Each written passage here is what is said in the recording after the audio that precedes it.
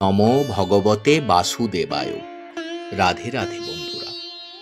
হিন্দু ধর্মে একাদশী তিথি অত্যন্ত গুরুত্বপূর্ণ, বিশেষত ভগবান বিষ্ণুর উপাসকদের জন্য।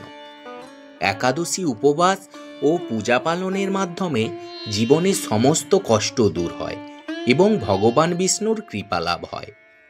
মাঘ মাসে শুক্লপক্ষের একাদশীর জয়ী একাদশী নামে পরিচিত। শাস্ত্রমতে এই একাদশী পালনের মাধ্যমে পাপ মুক্তি ঘটে এবং মোক্ষ লাভের পথ সুগম হয়। 2025 সালে জয়া একাদশী কবে পালিত হবে, এই ব্রতের মাহাত্ম্য কী এবং কিভাবে এই ব্রত পালন করলে সর্বোচ্চ ফল লাভ করা যাবে, তা আমরা এই ভিডিওতে বিস্তারিতভাবে আলোচনা করব। চলুন শুরু করি। জয়া একাদশী 2025 এর কিছু তারিখ ও শুভ মুহূর্ত।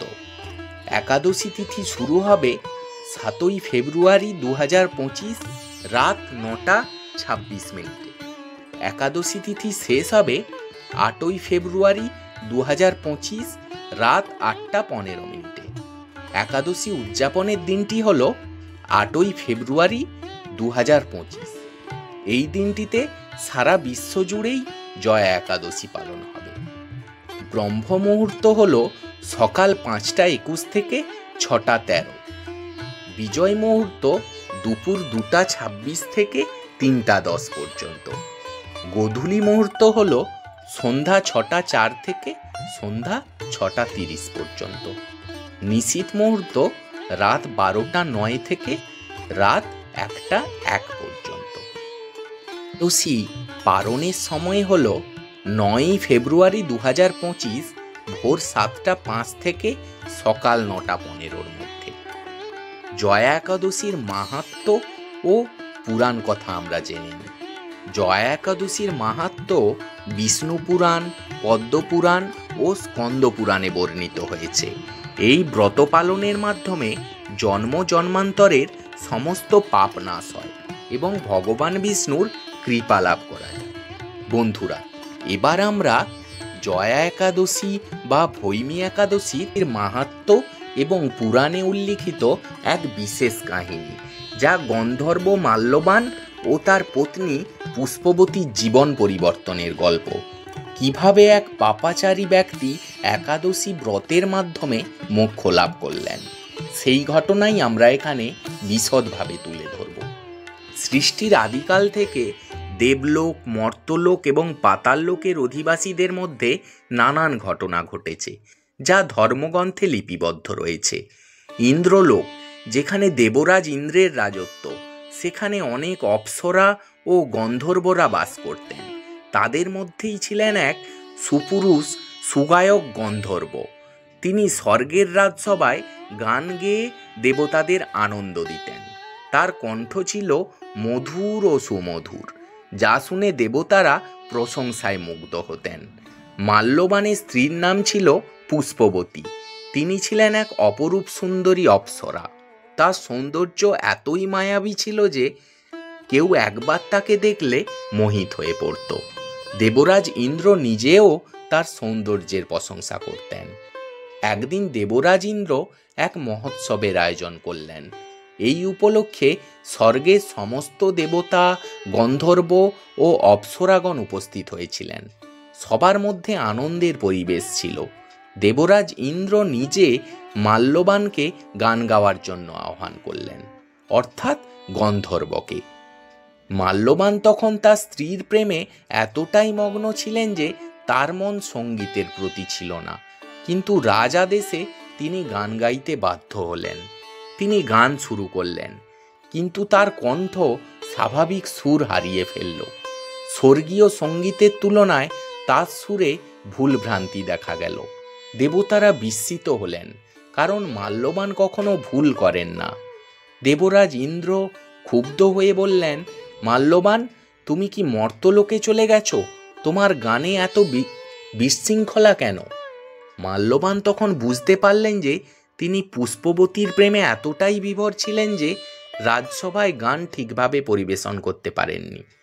দেবরাজ ইন্দ্র তার ভুলের জন্য রুষ্ট হলেন এবং বললেন, তুমি স্বর্গের শুদ্ধ পরিবেশের যোগ্য নাও।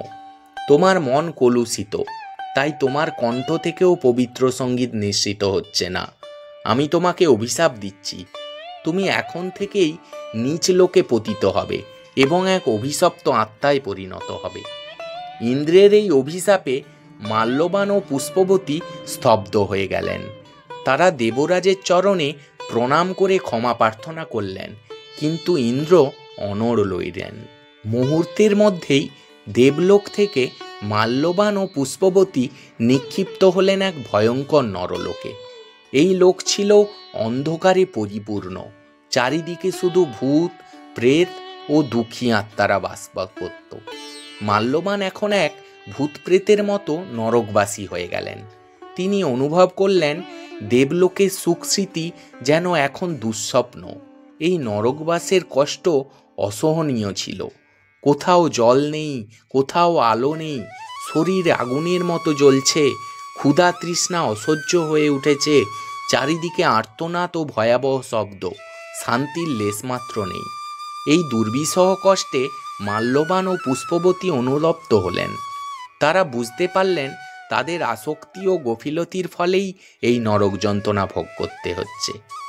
জয়া একাদশীর ব্রত এবং মুক্তি কিভাবে হলো? দীর্ঘদিন নরকে কাটানোর পর একদিন মাল্যবান শুনতে পেলেন এক মুনি জয়া একাদশীর কথা বলছেন। তিনি বলছিলেন, যে ব্যক্তি মাঘ মাসে শুক্লপক্ষের একাদশীর ব্রত পালন করবে সে সমস্ত পাপ থেকে মুক্ত হবে এবং স্বর্গে পুনরায় ফিরে যেতে পারবে। এই কথা শুনে মাল্যবানের মনে এক আশার আলো জাগল। তিনি দৃঢ় সংকল্প করলেন যে তিনি এই ব্রত পালন করবেন। পুষ্পবতীও তার সঙ্গে একাদশীর ব্রত পালন করলেন। তারা উপবাস রাখলেন, ভগবান বিষ্ণুর নাম সংকীর্তন করলেন এবং একাদশীর দিন রাত্রি জাগরণ করে ভগবানের আরাধনা করলেন। এই ব্রতের প্রভাবে তাদের সমস্ত পাপ ধ্বংস হয়ে গেল। তাদের ভূতদেহ বিলীন হয়ে স্বর্গীয় রূপ ফিরে এলো। তাদের সামনে স্বয়ং বিষ্ণু আবির্ভূত হলেন এবং আশীর্বাদ দিলেন। ভগবান বিষ্ণু বললেন, তোমরা আমার একাদশী ব্রতের ফলে পুনরায় স্বর্গে ফিরে যেতে পারবে। তোমাদের সমস্ত পাপ মুক্ত হয়েছে। এরপর দেবরাজ ইন্দ্রও মাল্যবান ও পুষ্পবতীকে ক্ষমা করে দিলেন এবং স্বর্গে তাদের পূর্বের স্থান পুনরুদ্ধার করলেন। জয়া একাদশী ব্রতের শিক্ষা আমরা কি পেলাম বন্ধুরা? ইনি আমাদের শেখায় কোনো ভুল বা পাপ করলেও তা সংশোধন করার সুযোগ থাকে। একাদশী ব্রত পালনের মাধ্যমে জীবনের সমস্ত কষ্ট ও পাপ থেকে মুক্তি পাওয়া যায়। ভগবান বিষ্ণুর কৃপা লাভের জন্য নিয়মিত একাদশী পালন করা উচিত। এই কাহিনী শুধু পুরাণের কাহিনী নয়, এটি একটি বাস্তব শিক্ষা যা আমাদের জীবনে অবশ্যই প্রয়োগ করা উচিত। জয়া একাদশী পালনের মাধ্যমে আমরা আমাদের জীবনকে কল্যাণময় করতে পারি। যদি মাল্যবান ও পুষ্পবতীর মতো পাপমুক্ত হয়ে স্বর্গপ্রাপ্তি সম্ভব হয়, তবে আমাদের জীবনেও এই ব্রত আশীর্বাদ বয়ে আনতে পারে। বন্ধুরা, এবার আমরা জানব একাদশী ব্রত পালনের জন্য সুনির্দিষ্ট কিছু নিয়ম অনুসরণ করা আবশ্যক। সঠিকভাবে ব্রত পালনের মাধ্যমে সর্বোচ্চ ফল লাভ করা যায়। উপবাসের নিয়মটি হল, একাদশীর দিন নিরামিষ আহার গ্রহণ করুন এবং পারলে নির্জলা উপবাস করুন। ফলাহার বা শুধু জল গ্রহণ করেও উপবাস রাখা যায়। রাত্রি জাগরণ করলে, ভগবানের নামে সংকীর্তন করলে সর্বোত্তম ফল লাভ হয়। দ্বাদশীর দিন নির্দিষ্ট সময়ে উপবাস ভঙ্গ করুন। পূজা বিধিটি হল, ভোরে উঠে স্নান করে শুদ্ধ পোশাক পরুন এবং ঘরের মন্দিরে ভগবান বিষ্ণুর ছবি বা মূর্তি স্থাপন করুন। হলুদ ফুল, তুলসী পাতা, চন্দন, পঞ্চামৃত দিয়ে পূজা করুন। ভগবান বিষ্ণুকে অর্পণ করুন শুদ্ধ ফল ও মিষ্টান্ন। ওং নমো ভগবতে বাসুদেবায় এই মন্ত্রটি 108 বার জপ করুন এবং সন্ধ্যায় শঙ্খধ্বনি ও দীপ জ্বালিয়ে আরতি করুন। একাদশী ব্রতের মাধ্যমে বহু উপকার লাভ হয়। অতীত জীবনে সমস্ত পাপ ধ্বংস হয় এবং পুণ্যকর্মের ফল বহুগুণ বৃদ্ধি পায়। পরিবারে সুখ ও শান্তি বিরাজ করে, জন্মমৃত্যু চক্র থেকে মুক্তি পাওয়া সম্ভব। উপবাসের ফলে শরীর পরিশুদ্ধ হয় ও মন শান্তি থাকে। বন্ধুরা, জয়া একাদশীর দিন কি করবেন না? একাদশীর দিন তামসিক খাবার, রসুন, পেঁয়াজ, মাংস, মদ অবশ্যই এড়িয়ে চলুন। কাউকে কষ্ট দেবেন না এবং কটু কথা বলবেন না। দাম্পত্য সম্পর্কিত কার্যকলাপ থেকে বিরত থাকুন। চন্দ্র দর্শন অবশ্যই এড়িয়ে চলুন। আগুন, কাঁচি বা ধারালো জিনিসের ব্যবহার কম করুন। বন্ধুরা, জয়া একাদশী পালন করলে ভগবান বিষ্ণুর কৃপা লাভ হয় এবং জন্ম জন্মান্তরের পাপ থেকে মুক্তি পাওয়া যায়। এই ব্রত কেবলমাত্র আত্মশুদ্ধি নয়, পরিবার ও সমাজের জন্যেও কল্যাণ বয়ে আনে। বন্ধুরা, একাদশী ব্রত পালন করলে দ্বাদশীতে অবশ্যই এই মন্ত্র পাঠ করুন। একাদশাং নিরাহারো ব্রতেনানেন কেশব, প্রসিদ সুমুখনাথ গ্রাণদৃষ্টি প্রদো ভব। বন্ধুরা, আরেকবার আপনাদের শোনাচ্ছি এই মন্ত্র। একাদশাং নিরাহারো ব্রতেনানেন কেশব, প্রসিদ সুমুখনাথ গ্রাণদৃষ্টি পদো ভব। বন্ধুরা, এই ভিডিওতে আমরা জয়া একাদশীর তারিখ, তিথি, পূজাবিধি, মাহাত্ম্য ও উপকারিতা নিয়ে বিস্তারিতভাবে আলোচনা করেছি। যদি ভিডিওটি ভালো লেগে থাকে তাহলে অবশ্যই লাইক, শেয়ার এবং চ্যানেলটি সাবস্ক্রাইব করবেন। জয়া একাদশী 2025-এ ভগবান বিষ্ণুর কৃপায় আপনার জীবন শান্তি, সমৃদ্ধি ও সুখময় হয়ে উঠুক। ধন্যবাদ। জয় শ্রীকৃষ্ণ।